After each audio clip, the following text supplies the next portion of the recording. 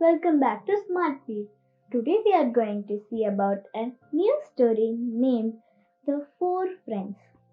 Once upon a time in a small village lived four young men. Of the four, three of them were very intelligent and had learned some magical powers. And the fourth person spent most of his time eating and sleeping.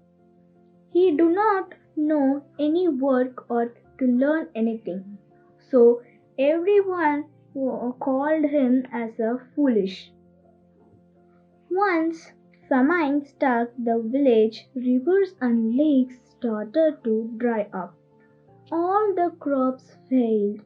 So the person of the village started to moving other places to save their lives.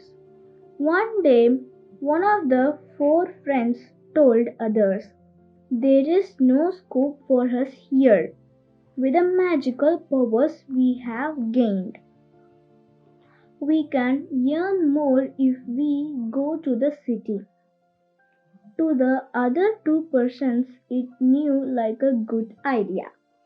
The second one said, "But we can't take that fool. He had no skills or learning. If we take with us, he will be a burden on us. We have been good friends from our childhood. We cannot abandon him," said the third one. And he added, "We will share whatever we earn equally among the four of us." They all agreed to take the fourth one along with them, even though he was an idiot. So they packed all the necessary things and left out for the nearby town. On the way there was a big forest. They pitched a camp for the night. During the daytime they resumed their journey. Thus they walked for 2 full days. On the third day afternoon they saw that once there were bones of a dead lion.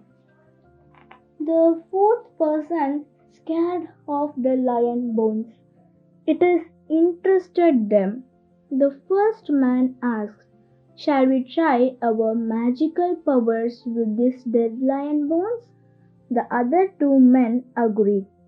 "It is the great opportunity to test our learning," said the first man. "I will put the bones together."